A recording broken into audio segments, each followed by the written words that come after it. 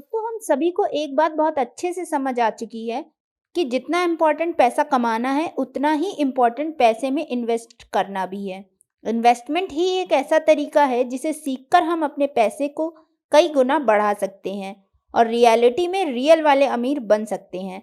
Permanent rich इसी चीज़ को details में समझने के लिए हम इन्वेस्टमेंट के ऊपर लिखी गई आज तक की बेस्ट बुक के बारे में बताने जा रहे हैं, rich dad's guide to investment, जिसे लिखा है रॉबर्ट कियोसाकी जी ने।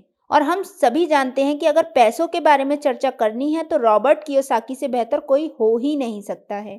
इस किताब में हम जानेंगे कि अमीर कहाँ इन्वेस्ट करते हैं और उनकी इन्वेस्टमेंट स्ट्रेटजीज क्या होती हैं। आप एक एवरेज इन्वेस्टर से शुरुआत करके प्रोफेशनल इन्वेस्टर और अमीर कैसे बन सकते हैं, मार्केट में कितने तरह के इन्वेस्टर होते हैं, सक्सेसफुल इन्वेस्टर बनने के लिए क्या जरूरी है, मार्केट में 90% पैसा 10% इन्वेस्टर्स के पास ही क्यों है, एवरेज और प्रोफेशनल इन्वेस्टर के बीच क्या डिफरेंस है, अमीर इन्वेस्टर बनने के लिए किसकी जरूरत है। तो दोस्तों अगर आप भी इस बुक की समरी के बारे में जानना चाहते हैं और इसके कुछ इंपॉर्टेंट एस्पेक्ट्स को सीखना चाहते हैं तो हमारी वीडियो में अंत तक जरूर बने रहें। नमस्कार दोस्तों, स्वागत है आपका हमारे चैनल इंजीनियर्स टॉक्स पर। दोस्तों इसका पहला लेसन है कहाँ इन्वेस्टमेंट करें। ऑथर के रिच डैड कहते हैं कि सबसे पहले इन्वेस्टमेंट के बारे में तुम्हें अपने माइंड को ट्रेन करना चाहिए ताकि आप वो देख सके जो एवरेज इन्वेस्टर्स नहीं देख पाते हैं। इसके लिए इन्वेस्टमेंट के बारे में किताब पढ़िए और सेमिनार्स से नॉलेज हासिल कीजिए और अपने अकाउंट ब्रोकर की टीम बनाइए। जितनी ज़्यादा नॉलेज आप गेन करेंगे आपका माइंड इन्वेस्टमेंट के लिए उतना ही ट्रेन हो जाएगा। लेसन नंबर 2 की अगर हम बात करें तो वो है वेल्थ की फाउंडेशन बिल्ड करना। इसके लिए सबसे पहले आप डिसाइड करें कि आप फाइनेंशियली किस ग्रुप का हिस्सा बनना चाहते हैं, गरीब, मिडिल क्लास या अमीर। फिर उस ग्रुप में सक्सेस पाने के लिए ज़रूरी एजुकेशन लें, प्लान बनाएं और कड़ी मेहनत करें। ध्यान रहे कि ये सबसे ज़रूरी चीज़ है। फाइनल गोल की क्लियरिटी मिलेगी। इससे ये भी समझ आएगा कि उस ग्रुप में रहने के लिए आपको क्या क्या सीखना होगा, क्या क्या एक्शंस लेने होंगे और कितनी मेहनत की ज़रूरत पड़ेगी। लेसन नंबर 3 है विकल्प चुनना। हर इंसान की लाइफ में 3 चॉइस होती हैं, पहली सिक्योरिटी, दूसरा कंफर्टेबल रहना और तीसरा अमीर बनना। सिक्योरिटी माइंडसेट के लोग जॉब को ज़्यादा प्रायोरिटी देते हैं। वो इस तरीके से कहते हैं कि स्कूल जाओ, अच्छे मार्क्स लाओ और अच्छी सैलरी वाली जॉब हासिल करो। कंफर्टेबल माइंडसेट के लोग सिर्फ वहाँ इन्वेस्टमेंट करना चाहते हैं जहाँ रिस्क ना हो या रिस्क प्रूफ इन्वेस्टमेंट हो जिसमें सक्सेस की 100% गारंटी भी मिले। और हमारे अमीर माइंडसेट वाले लोग वो लोग होते हैं जो ये कहते हैं और सोचते हैं कि रिस्क के बिना सक्सेस मिलना इम्पॉसिबल है। इसीलिए वे अपनी फाइनेंशियल नॉलेज को बढ़ाते हैं ताकि रिस्क को कम से कम करके प्रॉफिट को बढ़ा सके। इसीलिए सोच समझकर चूज करें कि आप किस कैटेगरी में जाना चाहते हैं और किस टाइप का माइंडसेट रखना चाहते हैं। लेसन नंबर 4, आप किस तरह से दुनिया को देखते हैं। यहाँ आप 2 तरह की दुनिया जानेंगे, एक ज़रूरत से कम पैसे वाली और एक दूसरा ज़रूरत से ज़्यादा पैसे वाली। ज़रूरत से कम पैसे वाली दुनिया में लोग जॉब और फाइनेंशियल सिक्योरिटी को ज़्यादा इम्पोर्टेंस देते हैं। इसीलिए वो कुछ नया और रिस्की काम करने की कोशिश नहीं करते हैं और लाइफ टाइम पैसे की कमी में जीते हुए पैसे बचाने के लिए स्ट्रगल करते रहते हैं। तो दोस्तों अब आप ये डिसाइड करिए कि आप किस तरीके से दुनिया को देखना चाहते हैं। लेसन नंबर 5, इन्वेस्टमेंट इतनी कॉम्प्लिकेटेड क्यों है। इन्वेस्टमेंट का मतलब ऐसी जगह है जहाँ पर आपको पैसा लगाना है जो हमारे जीवन को और ज़्यादा आसान और प्रॉस्पेरस बनाए।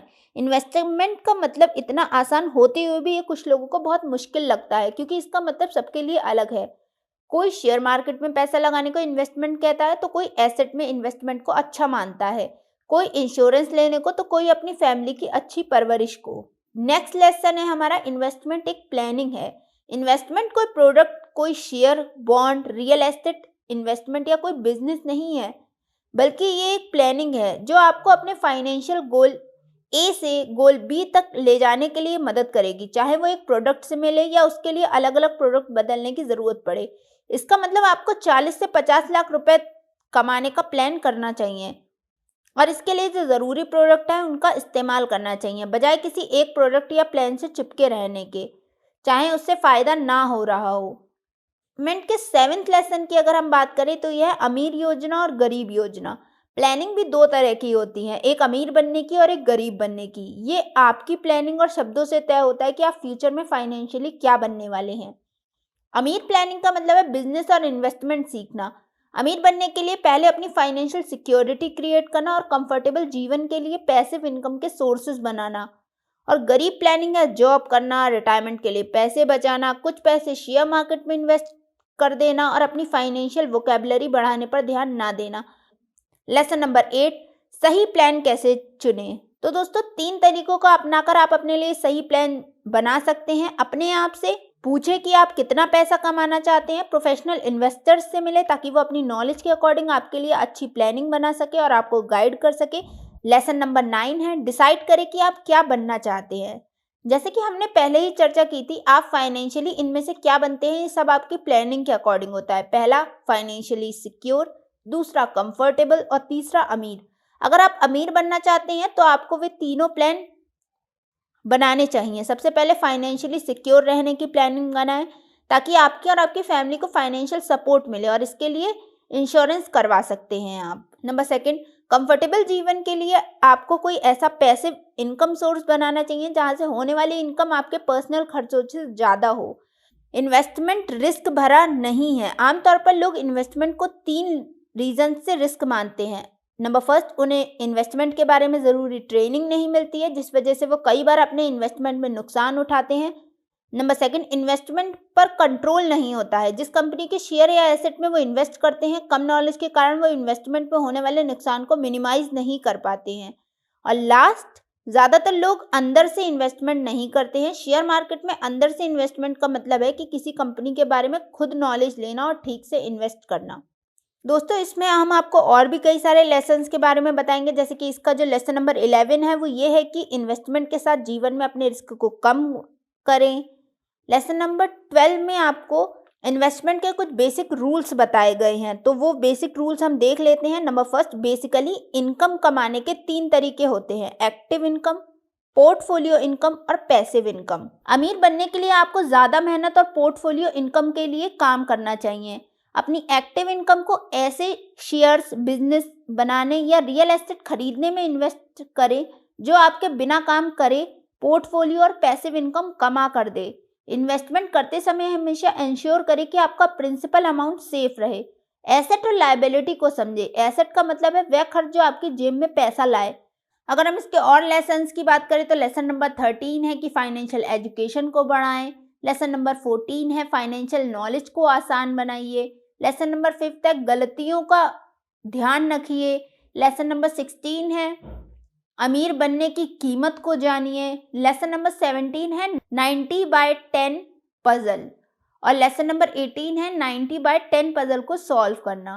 और लेसन नंबर 19 में आपको इन्वेस्टर्स के प्रकार बताए गए हैं। यहाँ पर हम आपको अलग अलग तरीके के इन्वेस्टर्स के प्रकार और उनके इन्वेस्टमेंट कंट्रोल करने के तरीके जानेंगे।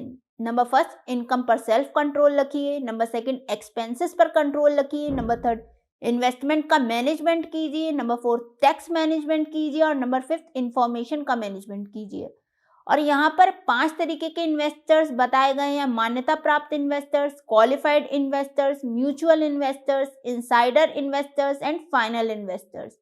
दोस्तों अगले लेसनों में आपको इन्हीं के बारे में डिटेल में समझाया गया है। जैसे कि लेसन 12 में आपको मान्यता प्राप्त इन्वेस्टर्स के बारे में बताया गया है।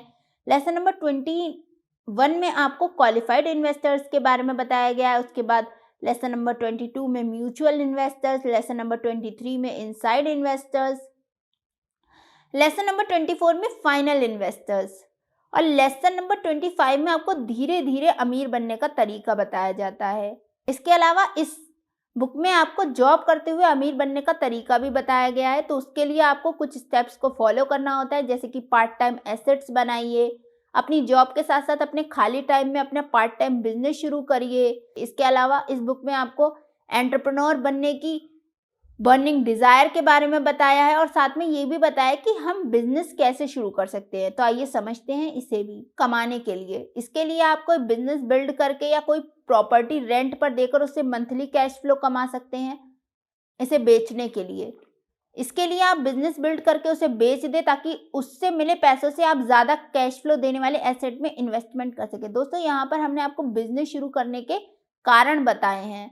और नंबर 3 कारण है बिजनेस बनाएं और इसे पब्लिक करें। इसके लिए आप एक सोशल प्रॉब्लम सॉल्व करने वाली कंपनी बनाएं, उसके लिए IPO इशू करें।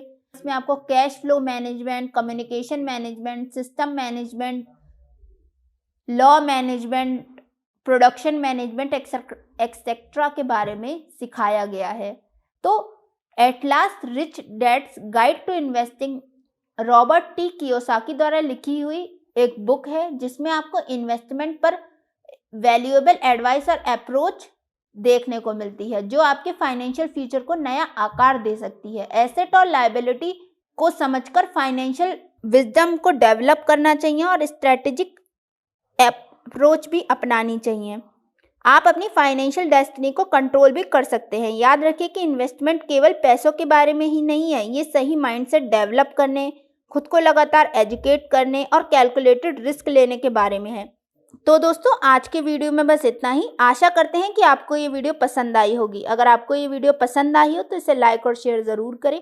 अगर आप ऐसी ही वीडियोस भविष्य में भी चाहते हैं तो हमारे चैनल को अभी सब्सक्राइब करें। वीडियो में अंत तक जुड़े रहने के लिए आपका बहुत बहुत धन्यवाद।